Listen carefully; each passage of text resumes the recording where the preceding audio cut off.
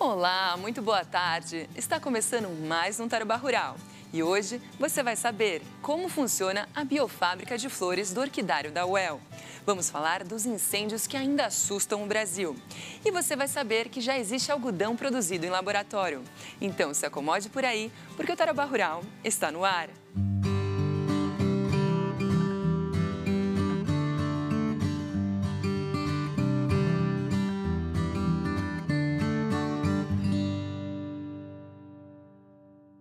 Vamos falar mais uma vez sobre os incêndios em todo o país. Aqui no Paraná, o governo do estado decretou o estado de emergência. A medida facilita o uso de recursos públicos sem licitação. E o governador Ratinho Júnior anunciou que vai investir 24 milhões na compra de equipamentos de combate ao fogo. Devem ser adquiridos 2 aviões com capacidade para 900 e 1.500 litros de água, abafadores e outras ferramentas de apoio ao controle das chamas. Também está prevista a contratação de mais 200 brigadistas e 200 caminhões-pipa. Uma medida de prevenção foi suspender por 90 dias a chamada queima controlada nas atividades agropecuárias. Vale especialmente para lavouras de cana-de-açúcar.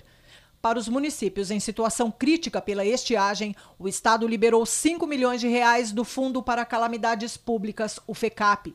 E, finalmente, os modelos meteorológicos apresentaram alguma chuva para o estado. Neste domingo, a chuva chega também no norte do Paraná, melhorando a qualidade do ar, dando oportunidade para os agricultores colocar semente na terra. Então, ser bem-vinda, benéfica para todos nós. Tem uma ideia aí de quantos milímetros deve chover, Ângela? Olha, o acumulado será em torno dos 30 milímetros, segundo os modelos meteorológicos. E vai para segunda, vai para terça, dá para ter um pouco mais de esperança aí para a semana? Segunda-feira ainda podemos ter mais algum volume não muito significativo quanto neste domingo, mas segunda-feira ainda tem condições para a chuva e as temperaturas ficarão amenas no transcorrer da semana. Mas depois volta tempo seco, né, Ângela? Sim, se não é uma chuva temporária, né? Ainda podemos ter áreas de instabilidade na metade da semana, mas a tendência é manter a condição de tempo estável na maioria no transcorrer dos próximos dias, com baixo índice de umidade relativa no final da semana. Em Mato Grosso do Sul, o arquipélago de Ilha Grande teve focos de incêndio por mais de 15 dias seguidos. O fogo era visto aqui do Paraná de tão intenso. Os focos mais fortes estão controlados, segundo o Instituto Chico Mendes, mas a fumaça espessa torna perigoso até sobrevoar a área. O fogo consumiu o equivalente a 400 campos de futebol, informou o Corpo de Bombeiros. Também esta semana, o ministro Flávio Dino do Supremo Tribunal Federal determinou que a União convocasse mais bombeiros militares para ampliar a atuação da Força Nacional no combate às chamas pelo país, com prioridade para a Amazônia e o Pantanal. Ele ordenou ainda que os estados façam um mutirão de investigação sobre incêndios criminosos. Vamos continuar em alerta para os incêndios. Todo cuidado é pouco, mesmo com a volta da chuva. Até acabar, setembro ainda deve registrar tempo quente e seco. Nós já mostramos aqui no Tarobá Rural uma parte do trabalho desenvolvido no orquidário da Universidade Estadual de Londrina. Hoje, nós vamos compartilhar com você a biofábrica do orquidário. Esse é um projeto que envolve várias flores que também podem gerar renda. Olha só! A biofábrica de plantas ornamentais era um sonho consolidado em janeiro deste ano. O principal recurso veio da Secretaria da Ciência, Tecnologia e Ensino Superior do Paraná, a SET. Professora, a ideia de vocês com essa fábrica de orquídeas é fazer com que o produtor possa ter uma alternativa? Isso, a ideia é que aqui nós iniciemos uma biofábrica de orquídeas e outras plantas ornamentais para produzir na biofábrica mudas de alta qualidade, ou seja, mudas livres de patógenos e que dessa forma ele tenha então um produto que vai ser muito bem aceito no mercado. E é uma atividade rentável que possa gerar renda ao produtor rural? Sim, a floricultura ela tem crescido em média 10% ao ano. Ela movimenta mais de 50 bilhões de dólares no mundo e o Brasil tem um grande potencial nessa área. O que nós precisamos é a capacitação de alunos e também mais investimentos para que os produtores entrem nesse agronegócio. A maioria das flores e plantas ornamentais comercializadas no Paraná vem de outros estados. A biofábrica do orquidário da UEL pode ajudar o setor a se tornar autossuficiente. Isso, nesse ambiente se inicia o processo da biofábrica, mais especificamente da de orquídeas. Isso porque as orquídeas, elas têm uma característica especial que ela só pode ser propagada em laboratório, por isso se chama biofábrica, como se fosse uma fábrica de plantas vivas. E como que funciona esse processo? Mostra para nós, por favor. O processo de germinação da orquídea ele é diferenciado. Isso porque a semente da orquídea ela tem uma característica diferente. Ela é bem pequena, a semente como se fosse realmente um pozinho.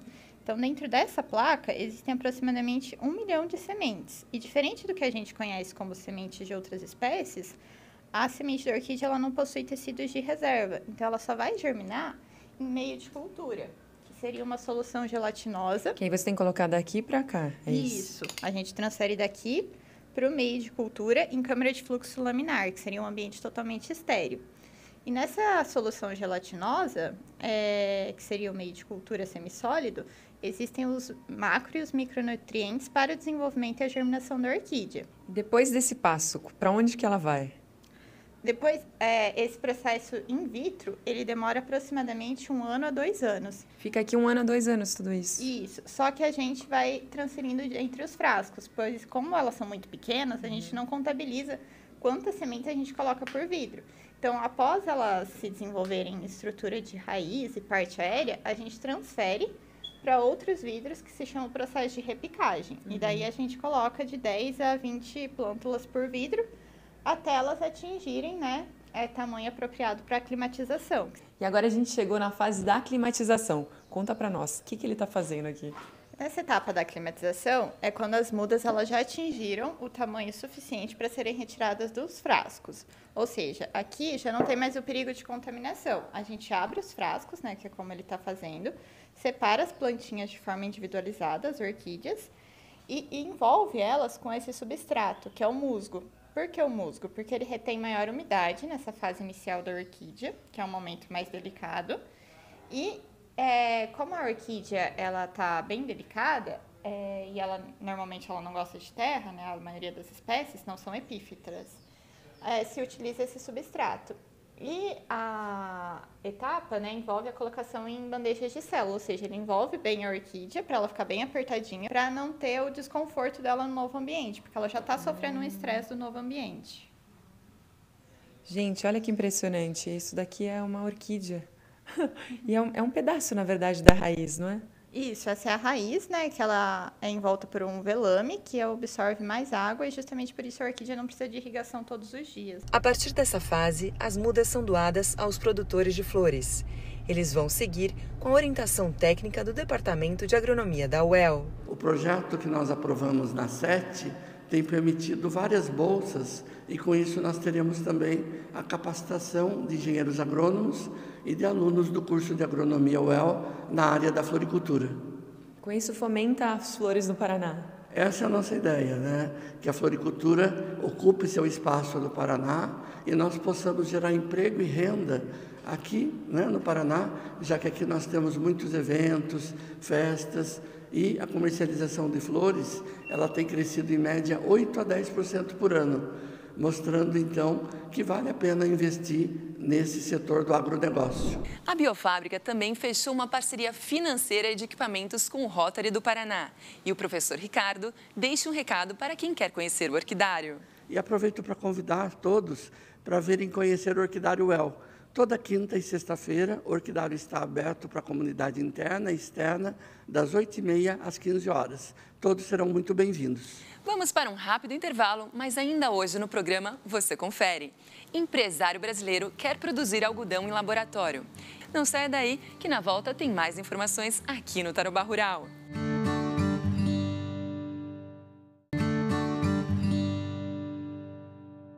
Estamos de volta. Quer mais informações do agro com qualidade? Você encontra aqui no Tarobá Rural. E os produtos agropecuários de laboratório são cada vez mais uma realidade. Os mais conhecidos são a carne bovina e a gordura suína. Agora é a vez do algodão, desenvolvido pela chamada agricultura celular. Foi a startup de um brasileiro que anunciou a inovação. O empresário promete usar 99% menos água em relação ao cultivo convencional, ocupar 97% menos área agrícola e entregar um algodão com 77% menos gás carbônico emitido. E o cultivo demora 18 dias, ou seja, 10% do tempo médio de uma lavoura padrão. O laboratório fica nos Estados Unidos e ainda está produzindo algodão em escala experimental. Mas o brasileiro já captou mais de 33 milhões de dólares para avançar no projeto. E o dinheiro veio de ninguém menos que Bill Gates, o fundador da Microsoft, Jeff Bezos, dono da Amazon, e Michael Bloomberg, bilionário do mercado financeiro. Os envolvidos no novo algodão apostam na revolução sustentável do agronegócio a partir do ambiente controlado e livre de contaminação que um laboratório representa. E se você quer mais informações sobre o algodão de laboratório, acesse o site agfeed.com.br. Agora você acompanha a movimentação do mercado pecuário na semana. No Paraná, a arroba do boi teve negócios ao preço mínimo de R$ 220 em Cascavel no início da semana. Em Londrina e Maringá, atingiu R$ 245. Em Umuarama, a cotação começou em R$ 240 a arroba. O maior valor chegou a R$ 250. Essa movimentação acompanhou o restante do mercado nacional, que teve uma boa reação. Mas todas as praças fecharam o preço médio em R$ 242,13 a arroba do boi. A vaca em pé teve preço mínimo de R$ 205 a arroba nas praças de Cascavel e Umuarama. Chegou a atingir R$ 220 em Maringá durante a semana. No final, o preço médio ficou em R$ 214,40 nas 4 praças acompanhadas pelo Tarouba Rural. Quanto ao suíno vivo, Maringá chegou a pagar R$ 9,00 o quilo durante a semana. O valor oscilou entre R$ 8,50 e R$ 8,67 e acabou fechando em R$ 8,68 em Cascavel, Londrina, Maringá e Umuarama.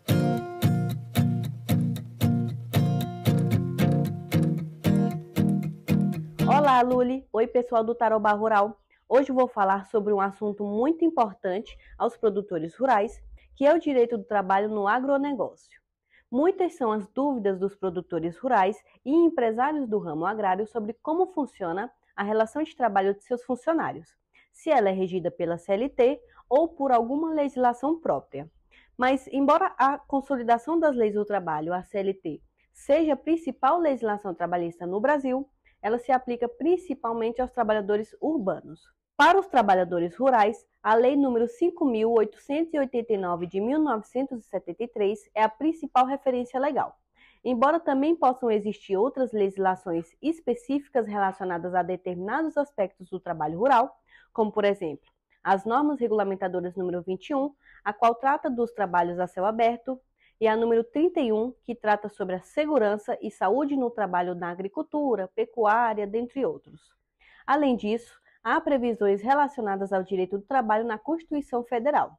Dito isso, o empresário ou o produtor rural precisam se atentar aos diversos tipos de contratos, como, por exemplo, o contrato de safra ou sazonalidade, que possui duração determinada, encerrando, via de regra, ao final da safra. Também existe o contrato de trabalho intermitente, onde há possibilidade de alternância de períodos de atividade e inatividade, sem a presença de um fluxo contínuo de trabalho. E também existe o contrato de trabalho temporário de pequeno prazo, que é uma contratação específica para atividades rurais de curta duração. E a principal diferença entre elas é o prazo de duração do contrato e a forma de contratação, que pode ser direta ou intermediada. Pode ser por meio de um sindicato da categoria, de empresas de trabalho temporário, empresas terceirizadas ou de consórcio de empregadores rurais.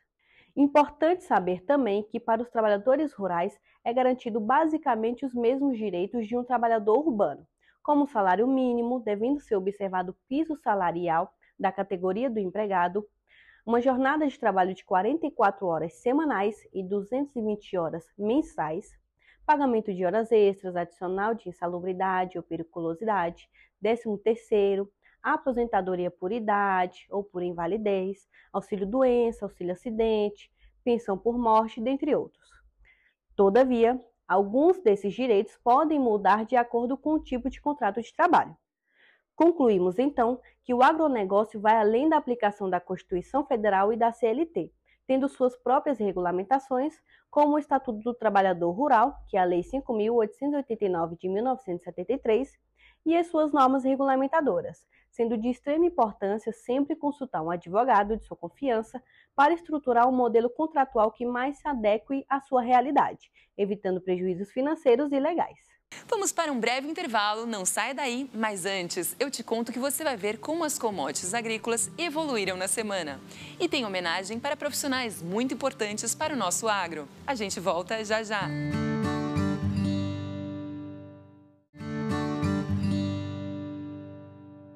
Estamos de volta com o nosso Tarobá Rural. Você que gosta do mundo agro tem que ficar aqui com a gente. Agora, a gente acompanha a movimentação das commodities agrícolas. Olha só como foi a semana. O mercado da soja se movimentou com o preço médio da semana anterior, R$ 124,00 a saca de 60 quilos, mas acabou fechando em um valor um pouco melhor, R$ 125,30, nas 4 praças que o Tarobá Rural acompanha: Cascavel, Londrina, Maringá e Umuarama. O milho seguiu trajetória parecida, com cotação média na casa dos R$ 51,00.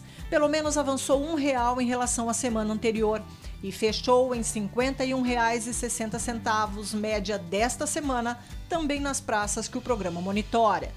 O trigo, que ficou em R$ 77,00 a saca de 60 quilos na semana passada, oscilou em R$ 79 até R$ 80,00 em Maringá e Umuarama. Em Londrina, manteve os R$ 80,00 a semana toda. Em Cascavel, ficou nesse valor boa parte do tempo, mas terminou a semana caindo para R$ 79,00 a saca em todas as praças que a gente acompanha. Na propriedade do Adriano já está tudo pronto. O milho foi colhido há mais de 2 meses e, desde então, o solo vem sendo preparado para a próxima cultura que será plantada, a soja. O solo já recebeu os componentes necessários para adubação e, principalmente, o vazio sanitário já terminou para a região 2 do Paraná, que compreende norte, noroeste, oeste e centro-oeste. Diferente do ano passado, quando o vazio sanitário começou no dia 10 de setembro, valendo para todo o Paraná, neste ano foi escalonado, ou seja, acontece em diferentes prazos pelo estado. Esse é o período em que é proibida a existência de qualquer planta da oleaginosa emergida no campo.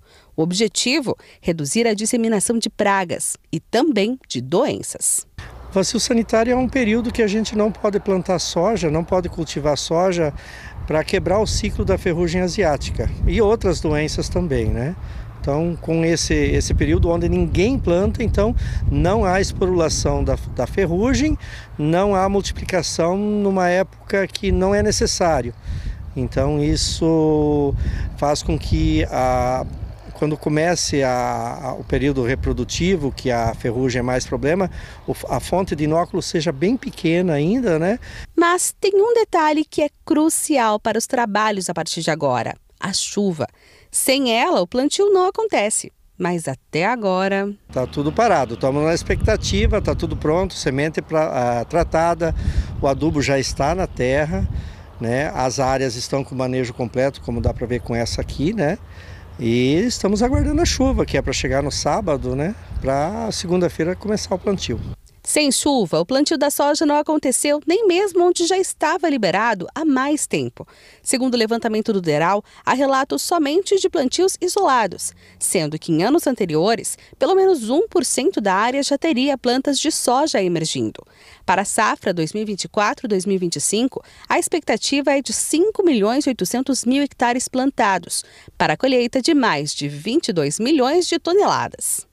Em Cascavel, a última chuva registrada foi há 15 dias. E olha que o volume dela foi bem baixo.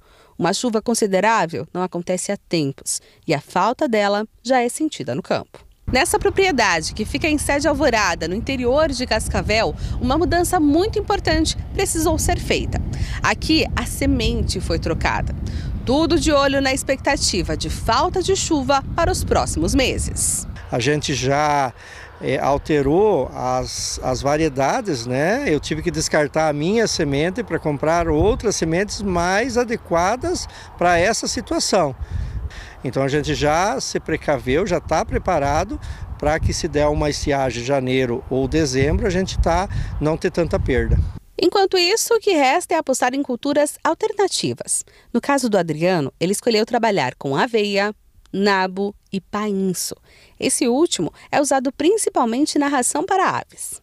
A diversificação é muito benéfica, você diversifica produtos agroquímicos, né? Você tem uma fonte extra de renda, você tem um uso mais racional do maquinário, da logística e do pessoal, inclusive. O CIMEPAR aponta para a possibilidade de chuva em volume superior a 10 milímetros no final de semana. Boa notícia para o Adriano e os demais produtores. E é possível, na realidade, que a chuva volte agora com uma frequência um pouco melhor. Isso significa dizer que a gente, na realidade, um pouquinho mais e o produtor já pode colocar semente no solo e esperarmos, na realidade, que a soja tenha uma boa produção esse ano. Pelo zonamento do mapa, o ZARC, a região 2 do Paraná, que inclui o norte, noroeste e centro-oeste, já podia semear a soja 10 dias atrás. Mas sem as chuvas, há mais de um mês, o agricultor não quis arriscar todo o seu investimento no pó. O vazio sanitário termina hoje em todo o estado. Com algumas chuvas chegando, vamos ver se é possível semear. Mas já se fala em atraso no plantio da soja e, por consequência, do milho de segunda safra. Vamos torcer para que a chuva chegue logo ao campo. O programa Irriga Paraná visa incrementar em 20% a área irrigada estadual, com investimentos de aproximadamente 200 milhões de reais, entre linhas de crédito com juros subsidiados e pesquisa científica. É um programa que vai facilitar a vida do agricultor, tanto na parte de projeto técnico das licenças e outorgas ambientais que são tão importantes, e acima de tudo dá toda uma assistência técnica para que a gente possa fazer com que o Paraná cresça na sua área irrigada, ou área plantada, com mais irrigação. Se a gente pegar os últimos 5 anos, nós perdemos mais de 40 bilhões que a gente deixou de produzir. E isso afeta muito o nosso principal negócio, afeta muito os pequenos agricultores. A execução do Irriga Paraná será feita pelo Sistema Estadual de Agricultura. Agricultores familiares enquadrados nas linhas do Plano Safra terão juros zero por meio do Banco do Agricultor Paranaense, com bônus de até R$20 mil em casos de adimplência. Para os demais produtores, haverá subvenção de 5 pontos percentuais até o limite de financiamento de R$1,5 milhão. Também há destinação de recursos para a área de pesquisa. Além disso, serão incentivados cursos de capacitação sobre sistemas irrigados sustentáveis. O primeiro, realizado pela Universidade Estadual de Maringá, começou em 2022 e envolveu 15 técnicos do IDR Paraná. E sexta, dia 13 de setembro, foi comemorado o Dia Mundial do Engenheiro Agrônomo. Fica aqui a nossa homenagem e gratidão a esses profissionais que se dedicam a desenvolver e aprimorar a agricultura, pecuária e recursos hídricos por todo o planeta. E a gente antecipa as homenagens do Dia Nacional do Fazendeiro do Brasil, que vai ser no próximo sábado, dia 21 de setembro. Nós, produtores rurais, temos um dia especial de reconhecimento pela atividade que sustenta o PIB do nosso país e alimenta não só o Brasil, mas o mundo. É isso, gente. O Tarobá Rural de hoje fica por aqui. Aproveite o seu domingo, descanse e que a chuva revigore os ânimos de todos nós. E se você quer rever alguma matéria ou o programa todo, acesse o nosso portal tarobá.com.br. Vá até a aba TV e localize o nosso programa. Daqui a pouquinho ele já entra no portal tarobá.com.br. E o Tarobá Rural volta no próximo domingo e eu, Luli Barbeiro, te espero. Uma ótima semana a todos. Tchau!